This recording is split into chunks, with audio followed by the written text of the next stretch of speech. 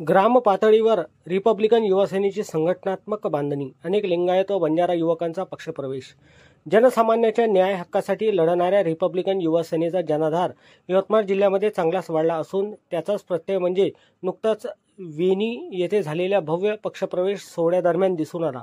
यावेळी अनेक लिंगायत व बंजारा समाजातील युवकांनी नागोराव पुंडे यांच्या वतीने आयोजित पक्षप्रवेश सोहळ्यादरम्यान मोठ्या संख्येने पक्षप्रवेश केला.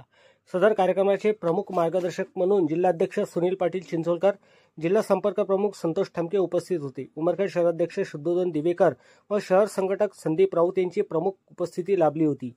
रिपब्लिकन युवा सेनेमध्ये विविध समाजातील वाढत असलेल्या युवकांचा ओढा पाहता स्थानिक स्वराज्य संस्थेच्या निवडणुकीत सामान्य कार्यकर्ता हा सत्तेतील वाटेकरी झाल्याशिवाय राहणार नाही असा विश्वास यावेळी जिल्हाध्यक्ष सुनील पाटील चिंचोलकर यांनी कार्यकर्त्यांना मार्गदर्शन करताना व्यक्त केला.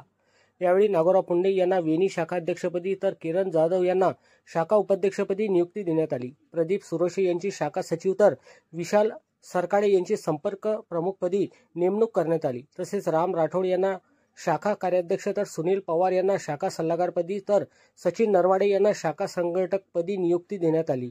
अनिल सुरोशे यांची शाखा सहसंघटक तर बाळू जाधव यांना शाखा सहसल्लागारपदी नियुक्ती देण्यात आली. अविनाश पुंडे, पांडुरंग कुमकर, खुशाल पुंडे, विजू राठोड यांना शाखा सदस्यपदी नियुक्ती देण्यात आली.